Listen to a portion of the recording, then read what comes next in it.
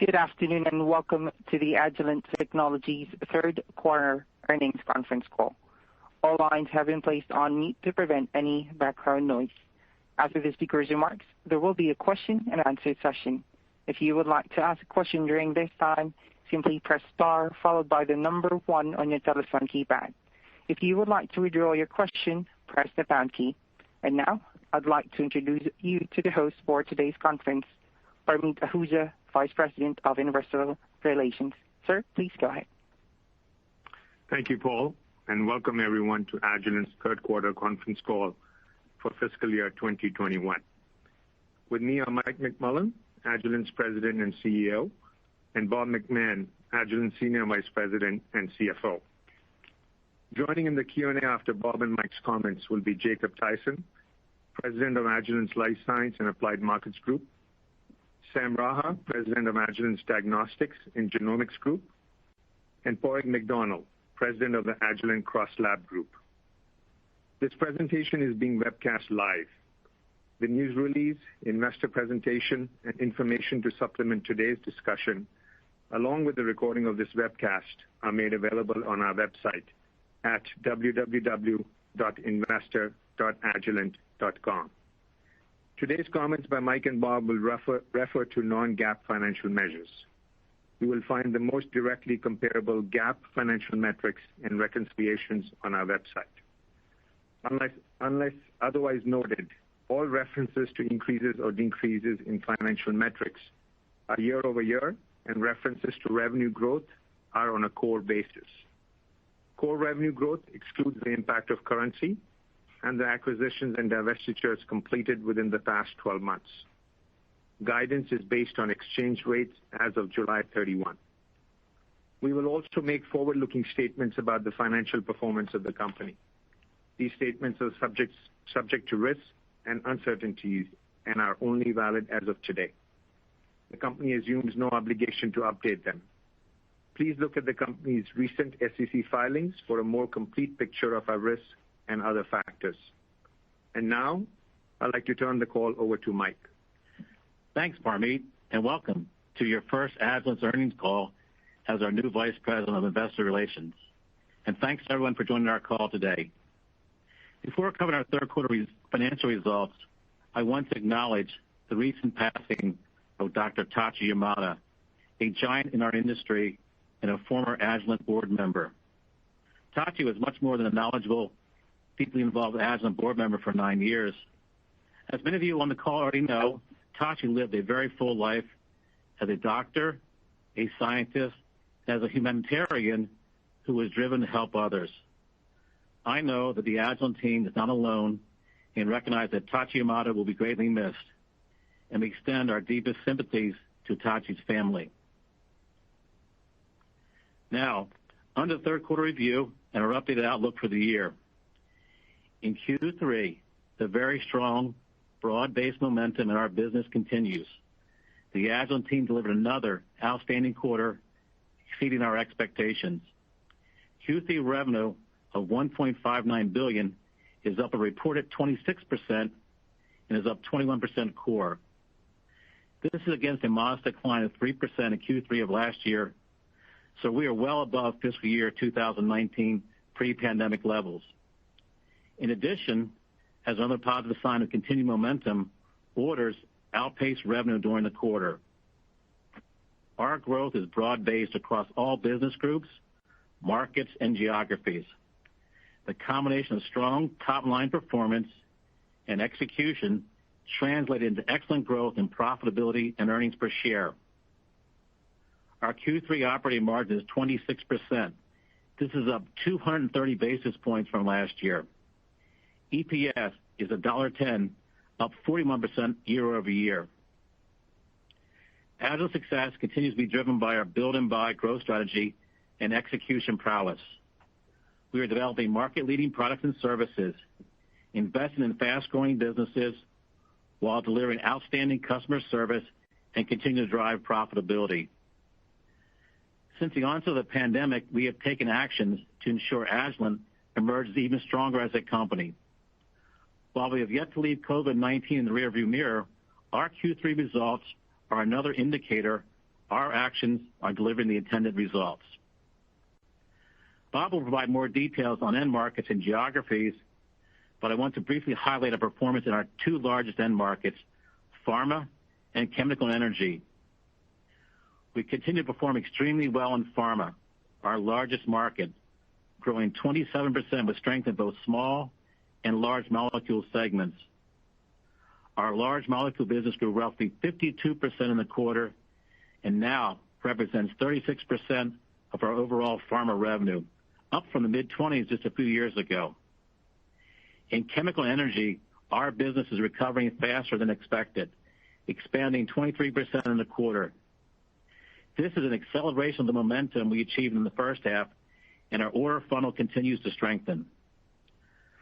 Looking at our performance by business unit, the Life Science and Applied Markets Group generated revenue of $680 million. LSAG is up 22% on a reported basis. This is up 18% core, of just a 4% decline last year. LSAG's growth is broad-based across all end markets. Our performance is led by strength in pharma, which is up 22%, and chemical and energy up 31%. All businesses delivered strong growth, led by cell analysis at 38% growth, and our LC and LCMS businesses, which grew 22%. We continue to strengthen our position in the fast-growing large molecule market segment. During the quarter, the LSAG team launched 3 Infinity Lab Bio-LC systems at the well-attended Infinity Lab LC Virtual Conference in June. These new products further extend our LC leadership position. In addition, building on our already strong pharma offerings, we launched new compliance-ready LC QTOF and LC TOF solutions to our portfolio in the quarter. The Agilent CrossLab group posted revenue of $560 million. This is up a reported 21% and up 15% on a core basis. These results are on top of 1% growth last year. The business is benefiting from increased activity in customer labs and instrument connect rates. This is leading to more contracted services, on-demand services, and consumables consumption across all end markets. All end markets grew mid-teens or higher, with the exception of environmental forensics, which still grew 9%. The pandemic has shown ACG to be our most durable business, with ACG growing each quarter since COVID-19 first emerged. Our customer-focused approach and digital investments continue to pay dividends. Looking forward, instrument placements and demand bode well for continued strong performance by ACG as we drive attachment rates and increase customer lifetime value. The Diagnostics Genomics Group produced revenue of $346 million, up 44% reported and up 37% core, compared to an 8% decline last year. The growth was broad-based across product lines and regions and was led by our NASD GMP oligo business. The ramp of our facility in Frederick, Colorado continues to go very well. The quarterly results exceeded our expectations, easily surpassing the $50 million revenue milestone. While one quarter does not make a trend, our team has done a tremendous job increasing output in a high-quality manner. This gives us increased confidence in our ability to exceed the $200 million annual run rate in revenue with existing capacity. In addition, the Train B manufacturing line expansion is well underway and on schedule. Our genomics instrumentation and consumables businesses rebounded strongly in the quarter, as did our pathology-related businesses. For the first time in several quarters, we saw diagnostic testing above pre-pandemic levels. While we are watching the Delta variant very closely, to date, we have not seen a meaningful negative impact in testing volumes. I also want to highlight our performance in China. While still less than 10% of DGG revenue, our China business grew 50% in the quarter. We continue to see tangible progress in building a stronger China market position. In Q3, we signed our first ever companion diagnostic development services agreement with a China-based biopharma company. Early this month, we also announced the initiation of in-country manufacturing for our SureSelect product line. We are very bullish about long-term growth prospects in China for our DGG product and services offerings. In addition, the integration of the Resolution Bioscience team is going well, and we are very pleased to enter and expand our participation in the fast-growing NGS-based cancer diagnostic market. It was a busy quarter at Agilent, so I have a few other achievements I'd like to share with you. Last month, we published Agilent's 21st Annual Corporate Social Responsibility Report. At a time when some are just starting to look at issues like sustainability and societal impact, this has always been a key part of who we are as a company. We've been addressing these issues since our founding more than 2 decades ago. I would encourage you to review our report on the Agilent website. We're also very pleased to receive recognition as a great place to work in the United States by the Great Place to Work Institute. This result is just one more example of Agilent having a highly engaged and energized team. And as you know, teams with high engagement win in the market. Looking ahead, building on another excellent quarter and the momentum we're seeing, we expect the business to continue to perform well as we close out what we believe will be an outstanding fiscal year 2021. As a result, we are once again raising our full-year revenue and earnings guidance. Bob will share more details, but we're expecting a continuation of our excellent top-line growth and earnings generation. While the world has yet to fully emerge from the global pandemic, Agilent is well-positioned to deliver excellent results again in the fourth quarter. I remain very proud of the Agilent team's ability to consistently deliver for our customers and shareholders. Thank you for being on the call today, and look forward to your questions. I will now hand the call off to Bob. Bob? Thanks, Mike, and good afternoon, everyone. In my remarks today, I will provide some additional details on Q3 revenue and take you through the income statement and some other key financial metrics. I'll then finish up with our updated outlook for the fourth quarter and the full year. Unless otherwise noted, my remarks will focus on non-GAAP results. As Mike mentioned, we had an excellent result in the third quarter. Revenue was $1.59 billion, reflecting reported growth of 26%. Core revenue growth was 21%. Currency added 4.5% for the quarter, and M&A added 0.5 point. In addition, COVID-related revenues were in line with the prior year. All end markets performed well, with pharma and chemical and energy as standouts versus our expectations. Our largest market, pharma, grew 27% during the quarter after growing 2% last year. The performance was led by the continued strength in our large molecule business, growing 52%, while our small molecule business grew mid-teens. And all regions in the pharma market grew double digits. Our large molecule business was driven by our NASD division and demand for LC and mass spec instrumentation and solutions, while our small molecule business was primarily driven by QA/QC refresh. Chemical and energy also performed well this quarter with 23% growth. Even after accounting for the comparison against the 10% decline last year, this was clearly our best quarter since the onset of the pandemic. This result was driven by increasing momentum and demand for advanced materials and the general global economic growth. Our view is that the chemical and energy market still has additional room to grow moving forward. The diagnostics and clinical market grew 28% against the decline of 10% a year ago, our softest quarter last year. We are very encouraged with the continued recovery in the market as our genomics and pathology businesses saw very good growth. On a regional basis, all regions grew, with China up 41% and Americas delivering 38% growth. In the academia and government market, we delivered 12% growth as most research labs continue to open globally and expand capacity. On a regional basis, Europe led the way. The food market continued its double-digit performance, growing 12% on top of growing 1% last year. Food manufacturers continue to invest in increased testing to ensure quality and authenticity. A developing cannabis testing market, primarily in the U.S., also contributed to growth in this market, and regionally, the food market was led by the Americas and Europe. Rounding out our key markets, environmental and forensics came in with 5% growth. On a geographic basis, all regions demonstrated solid growth, led by the Americas at 32% and Europe at 23%, both exceeding our expectations. The performance was broad-based across all markets. And as expected, China was up 8% on top of 11% growth last year. All three business groups grew in China during the quarter. Pharma, chemical and energy, and diagnostics were the key drivers. Now turning to the rest of the P&L. Third quarter gross margin was 55.9%, up 80 basis points from a year ago, despite roughly 40 basis points of headwind from currency. Our strong top line, some positive product mix, coupled with the strong execution from our operations team, drove the year-on-year improvement.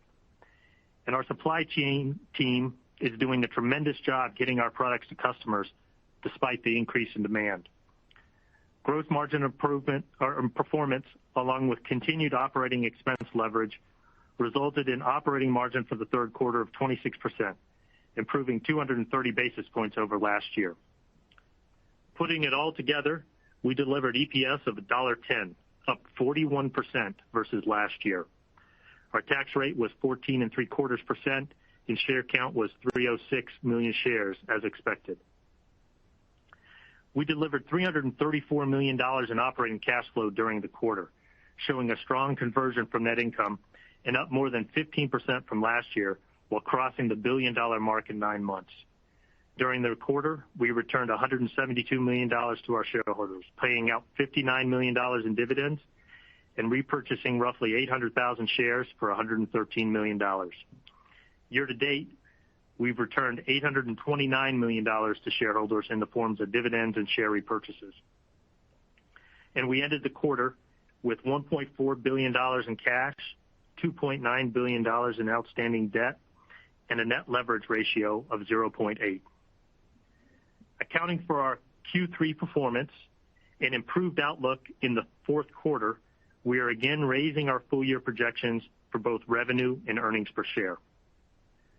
We are increasing our full-year revenue projection to a range of $6.29 to $6.32 billion, up $125 million at the midpoint from previous guidance, and representing reported growth of 17.8 to 18.4%, and core growth of 14.5 to 15%. Included is roughly 3 points of impact from currency and a small amount from M&A. In addition, we're on track to deliver roughly $100 million in COVID-related revenue in fiscal 2021, in line with our expectations from the beginning of the year and flat to last year. We expect to continue our strong operating leverage, and so we are increasing our fiscal 2021 non-GAAP EPS to a range of $4.28 to $4.31 per share, up 30 to 31% for the year. This translates to fourth quarter revenue ranging from $1.63 billion to $1.66 billion. This represents reported growth of 10 to 12% and core growth of 8.5 to 10%, on top of the 6% growth in Q4 of last year, when we started to see early signs of recovery from the strict lockdowns. In addition, while COVID revenue is roughly flat year on year for the full year, last year's fiscal fourth quarter represented the high water mark in our COVID-related revenue. And as a result, we expect to see roughly a 1-point headwind due to COVID revenue in the quarter.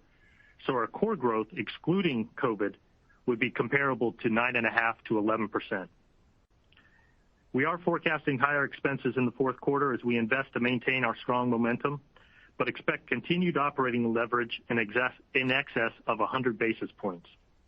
Non-GAAP EPS is expected to be between $1.15 and $1.18, with growth of 17 to 20%. Now, before opening the call for questions, I want to reiterate that we continue to see good demand in our end markets, have solid momentum in all our businesses, and expect to close the year extremely well. We believe our strategy is the right ones for Agilent, but we couldn't achieve these results we've been producing without the excellent execution by the team. With that, Parmeet, back to you for Q&A. Thanks, Bob. Paul, if you could please provide instructions for the Q&A now. Definitely, sir. We will now begin the question and answer session. If you would like to ask a question, please do so by pressing star 1 on your telephone keypad. Again, that's star 1 on your telephone keypad. However, if your question has been answered and you wish to remove yourself from the queue, please press the pound key. Please stand by while we compile the Q&A roster. Your first question is from Tycho Peterson with J.P. Morgan. Hey, good afternoon. Congrats on the quarter. Mike, I want to start with the China outlook. I know in China there's been a fair amount of noise about companies being able to get products in country, ports being shut down, terminals shut down. So can you maybe just talk to kind of some of the near-term dynamics in China? And it sounds like trade tension is also getting worse with the Buy China policy. So how do you think about that over the next couple of quarters? Yeah, sure. Thanks for the congratulatory comments, Tycho. And we really actually continue to feel quite good about our performance in China. As Bob and I mentioned in a call script, I think 8% up on 11% last year. And I think our stack growth rate is around 19% Q3. It's actually up over our stack rate of 17 Q2. We're seeing this good, strong pharma and C&E demand in China now, and the funnels really remain quite robust. And I think now getting to your specific question, we're not seeing any significant changes in terms of ability to get product in. I mean, there's been a lot of noise for years, I have to say, between the United States and China, yet the business seems to somehow get transacted. So, Bob, I think we're not really overly concerned about those dynamics. And we did have a little bit of shipment interruption, as some of our academia government customers had to work through a VAT tax exemption change, but I think that was relatively minor impact on the P&L. So clearly we're monitoring those developments, and you have to continue to work to make sure you've got your logistics flowing through the country. But we've always been able to find a way and are not overly concerned about it at this point. Yeah, I would say, Tycho, we continue to invest in China, as we mentioned in the call. And, there are always bumps here and there, but long term, we feel very good about the business in China. Yeah, let's have one other thought here, Tycho, is relative logistics. We had invested into a number of forward-looking stocking locations over the last few years. That really has paid us dividends because we're less dependent on stuff coming directly in via the port because we have a lot of in-country inventory. Okay, that's helpful. And then, it sounds like you've got a lot of underlying momentum. I know you don't like to talk about the order book, but any preliminary comments you can make on 22 at this point? The street has you up about 6.5%. Curious, if you think that's a reasonable bar, and any comments on where you think margins may go next year. Yeah, thanks, Tycho. So as you might imagine, I'll probably sidestep that question a little bit in terms of specifics, but what I can tell you is that we feel really good about the momentum of the business. The order book is continuing to be strong, and that's as of today, where we got the latest view of the early orders through August. So order momentum remains there. As I mentioned in our prior earnings call, we feel really good about the ability to meet and exceed those long-term growth goals we put out and margin goals. I think that's where we stand right now. Is we'll get to that in November, but we're feeling good about the trajectory of the business momentum we built here. Okay, thanks. I'll let others hop in. Yeah.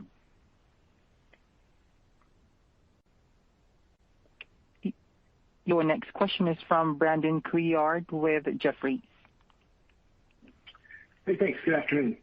Good afternoon, Brandon. Mike, maybe just starting with the biopharma business. I mean, 50% growth in large molecules, pretty impressive. Can you just elaborate kind of on the sources of growth there and what that would look like if you back out the NASD contribution?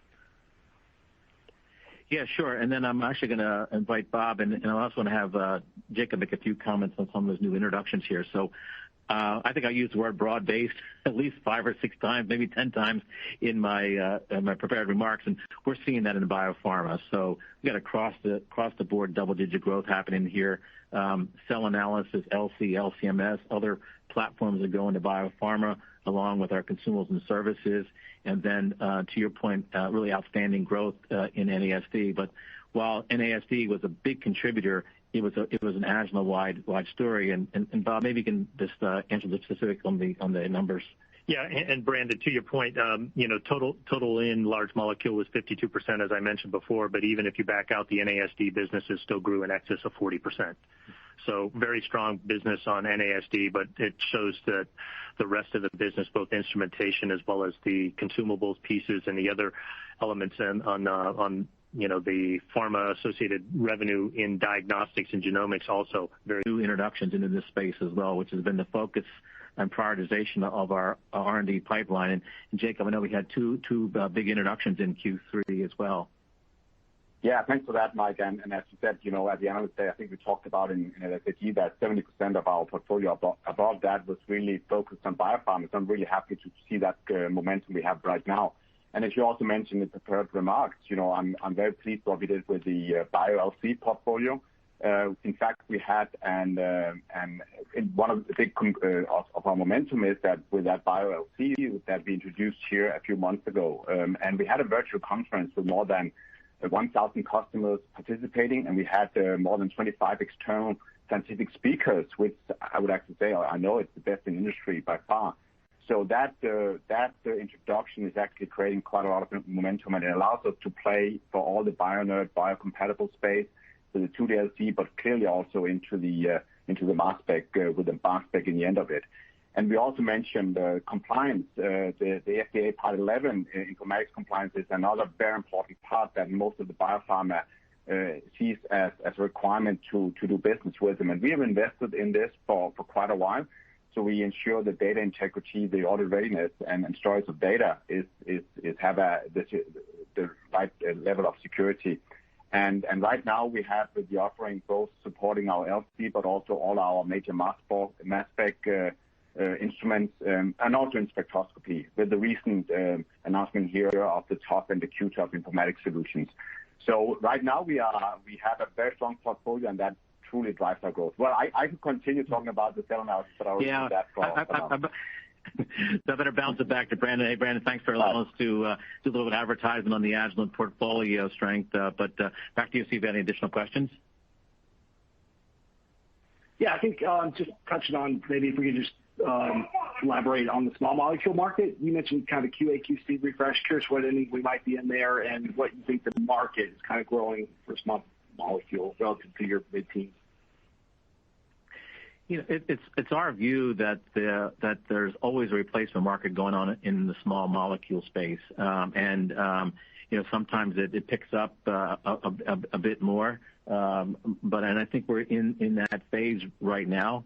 I wouldn't say it's a huge acceleration. It's just solid and probably high single. Yeah, I was going to say, Brandon, as we think about this, prior to the pandemic, we were probably slower growth than normal, where some of the QA/QC, refresh was probably elongated, and now we're starting to see that pick back up, and that typically is an 18 to kind of 24-month kind of cycle, and I would say we're still in the beginning of that, so feel good about the continued performance of the refresh cycle going forward. Great, thank you. Your next question is from Vijay Kumar with Evercore ISI. Hey guys, congrats on the strong print this afternoon.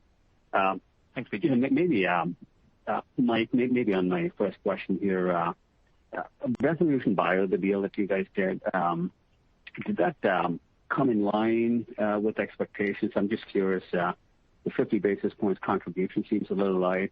Is there some ramp-up phase here that's involved, and maybe just talk about what the deal does to you and how it adds to the corporate growth rate here? Yeah, so you do some very good math. So it was about a half a point of reported growth rate, Bob. And I'd say relative to Q3, probably a little bit behind the revenue as we learn more about this business. There's some elements of visual lumpiness. So we're feeling pretty good about how the business will finish, but we're expecting a lot in the fourth quarter.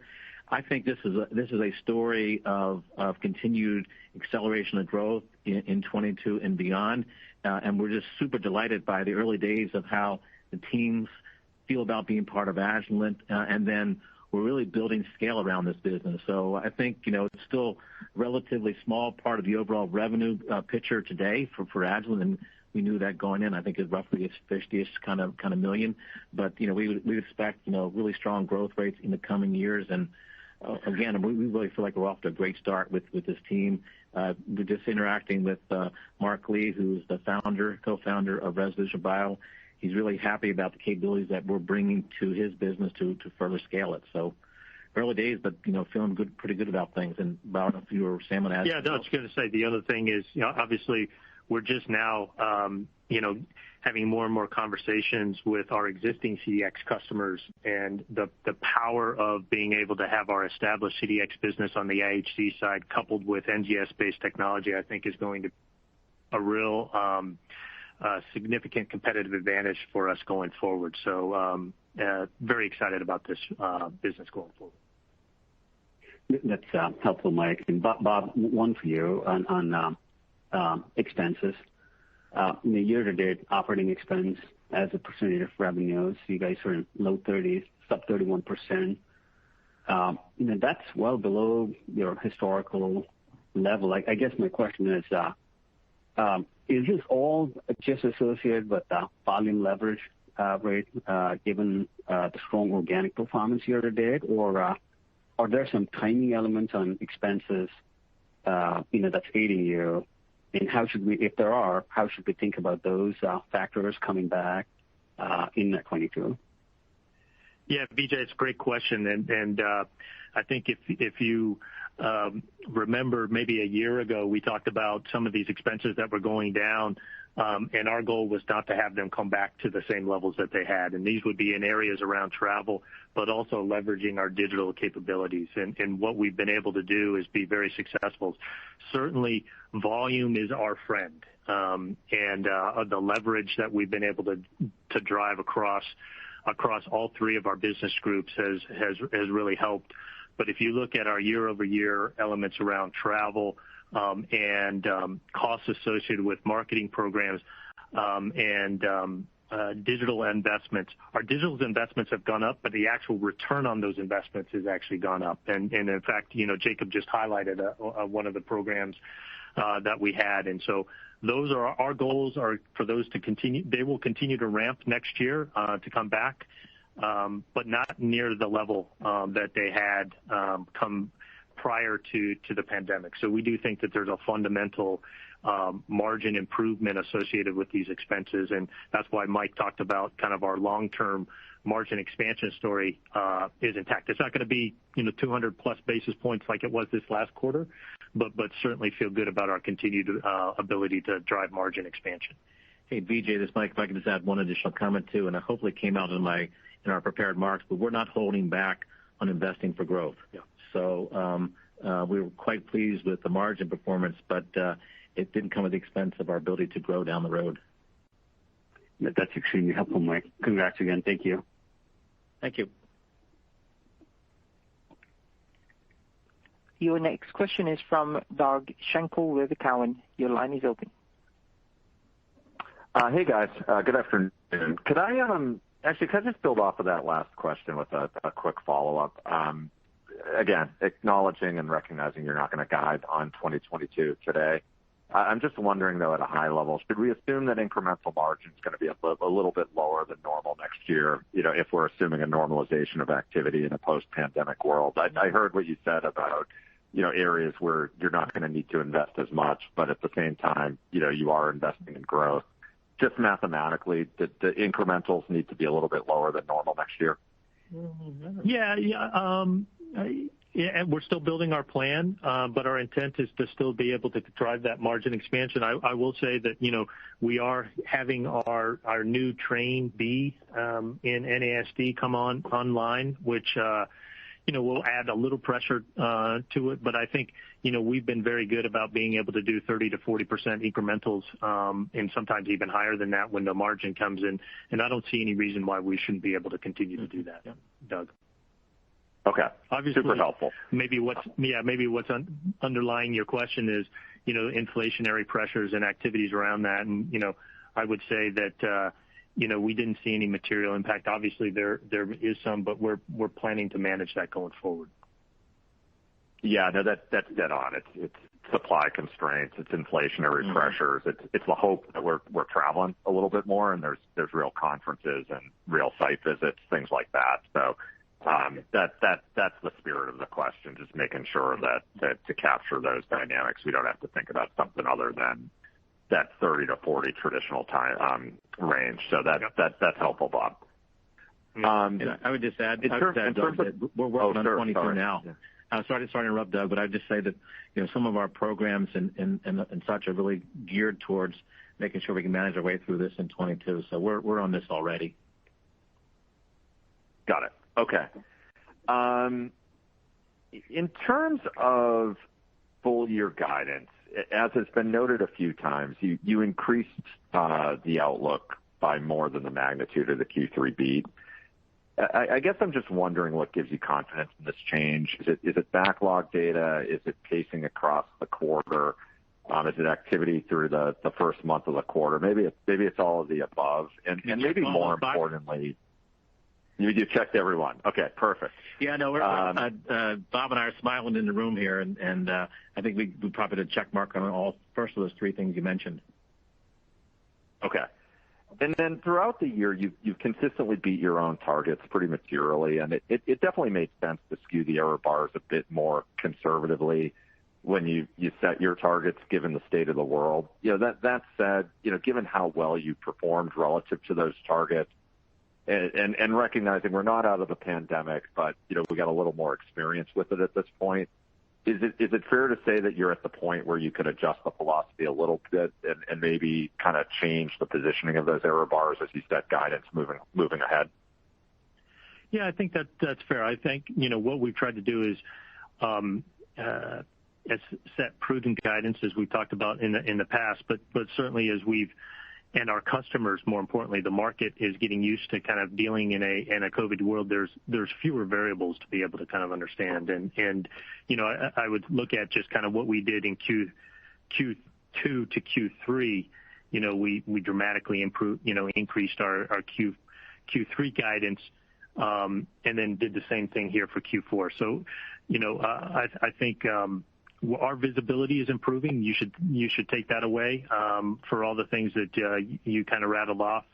Certainly, are the momentum that we're seeing, the general economic improvements and so forth. But as you mentioned, there's still a Delta variant out there, and so while, as Mike's mentioned, we haven't seen any impact of that yet. We also recognize that could change during the course of the quarter. So we're trying to take all those kind of factors into account, but also try to provide some realistic guidance going forward. Okay. All right. Thanks again, guys. Yep. You're welcome, Doug. Your next question is from Derik De Bruin with Bank of America. Hello and good afternoon. Hey, Derik. Hey. Can we talk a little about environmental and sort of that, and sort of I want to dovetail that question to, I know it's probably a little bit early, but any signs of how we should think about the GC portfolio picking up? Are you just is it just sort of like catch-up spending right now in the industrial, or any initial indications that the replacement cycle that you were in the midst of prior to the pandemic is likely to restart? Hey, Derek. Hey, Bob, how do I take the first one? And Bob, and then Jacob, you may want to add additional comments here. But let me talk about the question around gas chromatography. So we are seeing that, and that's really behind a lot of the fairly bullish comments, if you will, around C&E space. So we're seeing it in our GC revenue, and we're also seeing it in our GC order book. And I've been very reluctant to call that, hey, we think this business is now in a situation of returning to growth. That reluctance has now passed. I think we're now into what looks to be the start of some really good potential business on our GC side as that replacement cycle turns back on. And Jacob, I know you're a lot closer to the details. Do I have anything else you'd add to that? Yeah, Mike, you're absolutely right. I think first of all, I think what Bob mentioned, that also the chemicals and engineered materials market are certainly on fire right now. We see a lot in semicon and in mining industry, including lithium for batteries. But we also see the traditional petrochem markets really start to see some momentum now. And there's a lot of talk about the future of petrochem, but this market is going to stay for quite a long. And I think that all the analysis show that there'll be newer cycles here. So we see investments coming into this market right now. And the new market that's also coming along is renewable energy, which will also use many of our technologies. And we see a great opportunity there also in the future. They're still in development phase, but as you know, there's a lot of investments going in here, so we are participating in that also. So we see a lot of opportunities in DC, and the DC is actually seeing a momentum both first in the chemical markets, but now into the energy markets. So following up on that, so you're feeling good about sort of your more industrial experiments, even with some of the choppiness in the Chinese market, some of the data there. So are you seeing, is it the U.S. and Europe that start bringing more, or is it just you're seeing a turn on that one? And then where were we? Remind me in annoying baseball analogies where we were in innings on the GC replacement cycle? Yeah, so Bob, I think it's fair to say that there really is no difference across the regions. I mean, China actually was an area of strength for us in C&E, and I think we're seeing good strength globally, which I think points to the importance of global economic outlook for this segment. And I'd say we're probably early or middle innings on the GC. Going to pause there for a while because we had a great run going with the new portfolio, but it paused. So I'd say we're like early innings, middle innings. Yeah, I would say Derik, just to give you a frame, China was more than twice the China C&E market was in line with the overall C&E growth rate that we saw. So, yeah. Thanks for taking a question. Mm-hmm. Your next question is from Dan Leonard with Wells Fargo. Your line is open. Yeah, thank you and good afternoon. I was hoping you could, Mike, address the 5 to 7% core revenue growth model that you introduced in December. Is that still relevant, or do you think something's fundamentally changed in the markets from that time period? I'd say it's relevant till we change it. So I'm not ready to, on the fly here, revise our long-term growth. But as you may recall, in our December outlook, we said, think about us being more at the high range in that area. And I think that was the first time I put a 7 out there in any type of long-term growth guidance. I think what's changing is the nature of our portfolio, which is we're continuing to build very, very quickly much bigger positions in faster growing segments. And I think it's probably fair to say that the pharma market, in particular the biopharma market, remains very robust. But again, we're sticking with those long-term growth goals at this point in time. Yeah, I would say, Dan, to build on what Mike is saying, particularly the pharma market, we do feel that market, and in fact, Mike talked about it in his prepared remarks, that we're emerging as a stronger company. We do think that the pharma market, really driven by that large molecule area, is a faster growing market coming out of the pandemic than going into it. Mm-hmm. And I think if we look at where our investments are and the performance that we've had in particularly the large molecule, now again, small molecule has been doing very well, that in and of itself would elevate that overall long-term growth rate to be faster than what we saw going in, which certainly helps us given that's our largest market. So I'll leave it at that. Okay, that's helpful clarification. And just a follow-up on China, could you elaborate further on the drivers of that 50% growth rate you called out for DGG in China? Yeah, I'm going to invite Sam on this call. He hasn't had a chance to work today in this call. So, Sam, your thoughts on what's been going on in China? I was doing a little bragging on your growth rate there. Yeah, Mike, happy to give more perspective on China. We actually had a good quarter across the board for all of our business groups within DGG. Specifically, we've continued to see real momentum in clinical diagnostic testing, led in pathology. We've seen really good pickup of our PDL1 diagnostic or companion diagnostic there as we've continued to train more pathologists there in the use and so forth. Genomics also had a really good quarter, both on the the consumable side. And we've also just recently announced within the quarter the launch of our new V8 exome, which is being well received in China and globally. And I'll tell you, one of our absolute strengths in China, as it is elsewhere, remain our core NGS and genomics QC portfolio. So all of those elements, along with Mike, as you mentioned now, the signing of our first companion diagnostic development agreement with a biopharma there, I think foretell a continued story of strength in China for DGG. And just to build on Sam's comments, I mean, we've been working really hard the last several years, putting in the right foundational capabilities, building the right commercial channel, the right ability to handle diagnostics products ourselves. So I think, and it's really great to actually see those investments starting to pay off in near-term growth. Appreciate all that color. Thanks, everyone. Mm-hmm. Your next question is from Padraig, Donnelly with Citi. Your line is open. Hey, thanks for taking the questions, guys. Sure. Mike, maybe one on the chemical and energy side to follow up on some of the earlier questions. I know that's one where you pretty closely keep an eye on the order book, and your confidence kind of goes with that.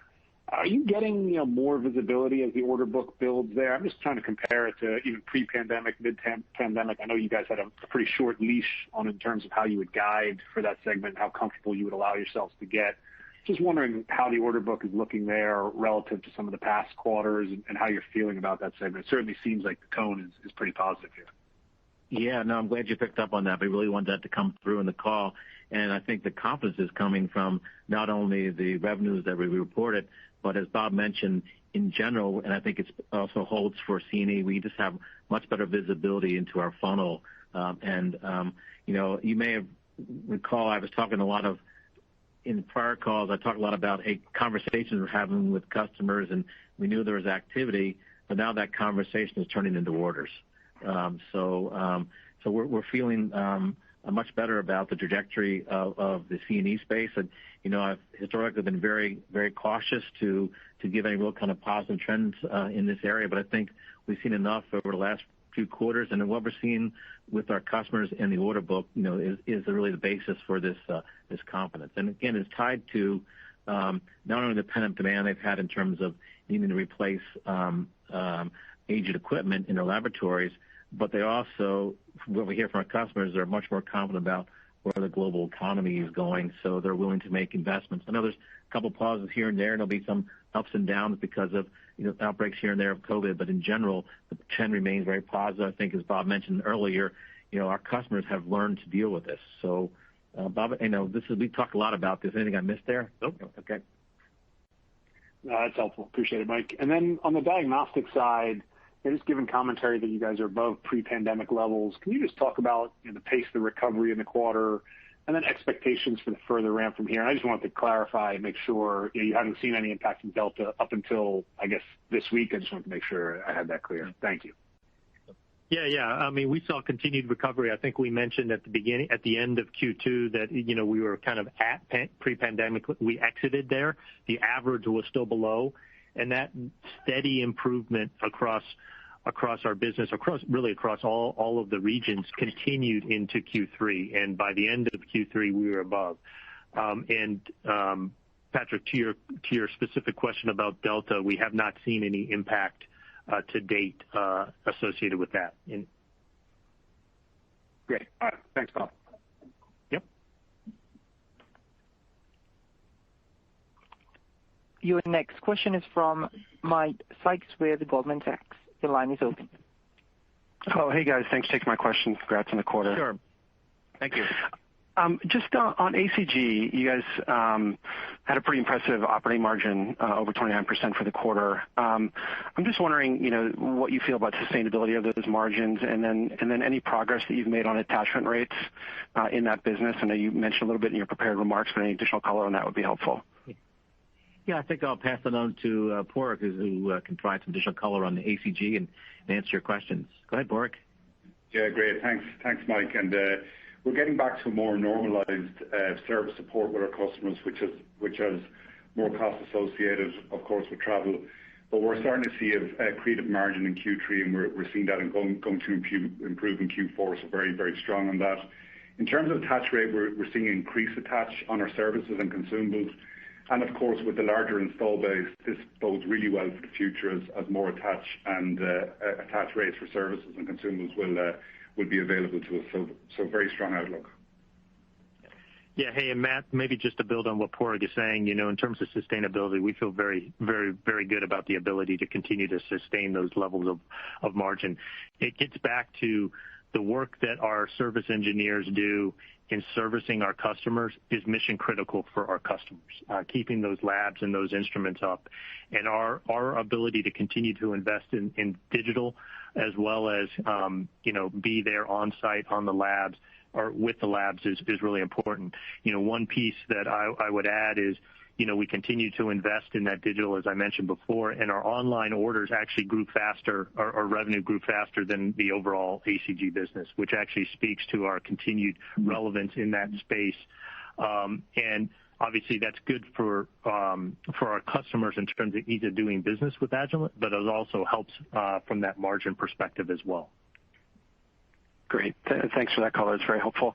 And then just one more on C&E. I know you've answered a lot of questions on it already, but I'm just wondering how the competitive landscape might have changed. I mean, obviously it had a challenging time during COVID. It took a while for it to recover, and now it's certainly in recovery mode. I'm just wondering, as you look out at the competitive landscape, have you seen some competitors, slow investment, and therefore there's some share gain opportunities in that growth that you're seeing? I don't know whether they slowed. I'm not sure they're reinvesting for that segment. So, we're not seeing much happen on the competitive front. We're by far we're the clear leader in this space. We've been continuing to invest in our core portfolio pre and throughout the pandemic. So, as you can tell, I'm pretty bullish about our ability to outgrow the competition in this space. And let me add, it seems like a long time ago, but we launched 2 new GCs back in 2019, both at the high end and a mid-range GC. And we talked about one of the reasons that we did that is we've got leadership position in the GC market.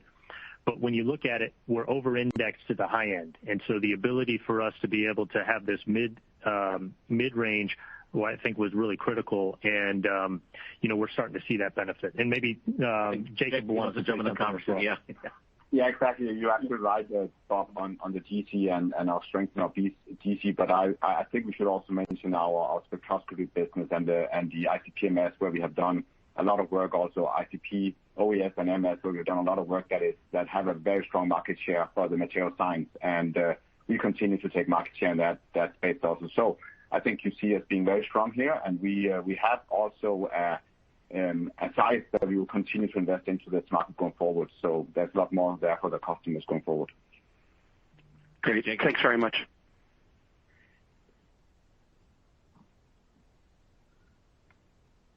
Your next question is from Joshua Waldman with Cleveland Research. Your line is open. Hi, thanks for taking my questions. Just 2 for you. Mike, you mentioned overall orders outpaced sales in the quarter, and it sounds like book-to-bill in the LSAG business was likely positive. I just wondered if you could provide us with your assumptions for core growth in the LSAG business in the fourth quarter. And then as we look beyond FY21, given the broad-based strength you've spoken about on the call today, I guess, is it fair to assume that, as we look to FY22, this business should likely grow, something above kind of a low to mid-single digit longer term average? Yeah, let me talk about the fourth quarter, and I'm not sure we're going to answer the last one just yet as we're going through our plan. But I had to try. Yeah. No, it's good try. But I would say for Q4, given you're accurate in the belief that our book-to-bill was positive for the quarter, and if we think about Q4, our guidance comprehends high single-digit, low double-digit growth for the LSAG business core growth, and so I'll leave it at that. Got it. And then it seems like year-to-date pharma has outperformed what you expected coming into the year. Mm-hmm. I guess wondered if you could comment on any kind of current thoughts you have around the potential magnitude of any year-end budget flush, I guess, given it seems like investments from these customers have been fairly consistently strong throughout the year. Does that kind of deflate any kind of year-end spending? Yeah, we'll address that, in our Q1 call. But to your point, we've been pleasantly surprised, and it has continued to be more stronger than what we've anticipated throughout the first three quarters. And what I would say is we don't expect that to slow down any in Q4 either. Got it. Thank you.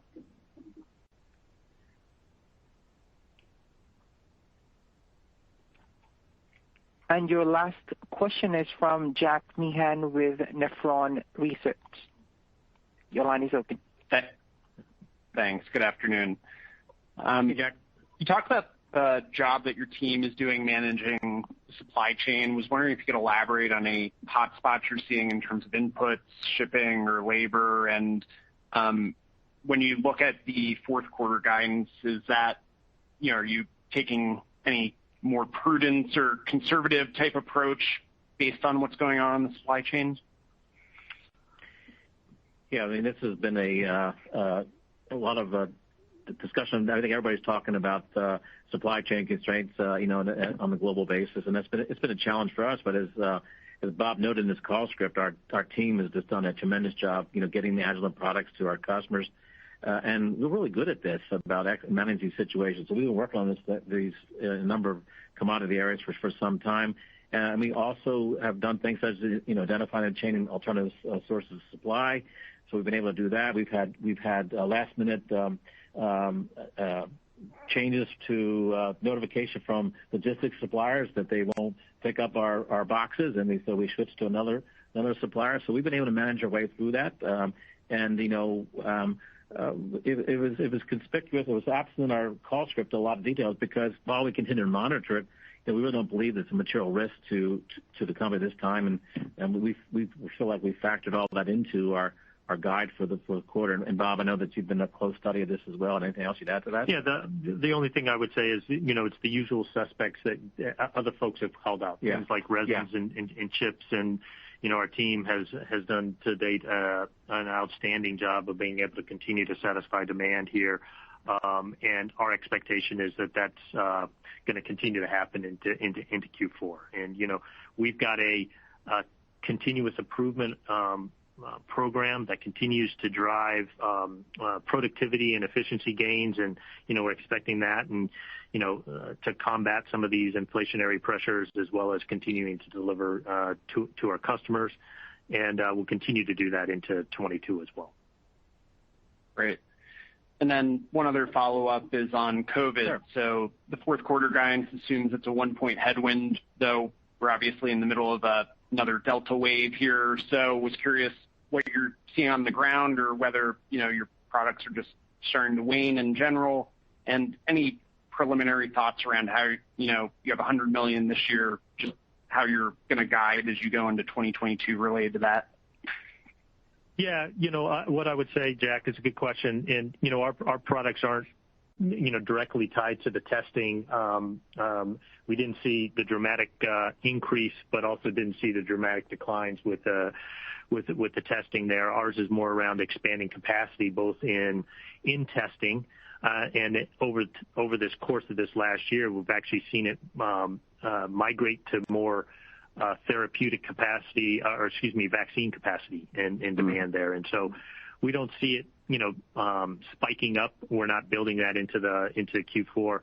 I think it's a little too early to tell for FY22. It's been reasonably steady the last couple of quarters, and we do expect contribution in 22. And we'll provide more color, as we get through our planning process. But we don't see it dramatically dropping off. Sounds good. Thanks, Bob. Yep. I do apologize, but we do have an additional question. The last question is from Dan Arias with Stifel. Your line is open. Yeah, hi guys. Thanks for getting me in here at the end. Hey, Mike. Sure, no problem. Just one for me. Just Bob, maybe a high level question, just sort of to the idea of getting to a post-COVID world, whenever that might be.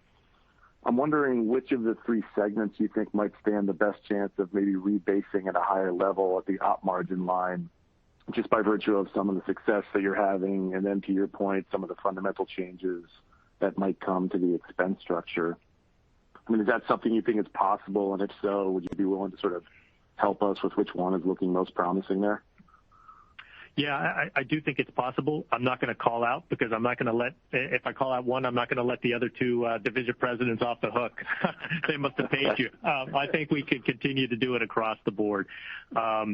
Certainly, we are making investments across all three of the businesses to continue to grow. But we certainly feel like we have opportunities to continue to drive margin enhancement across all three of our business groups.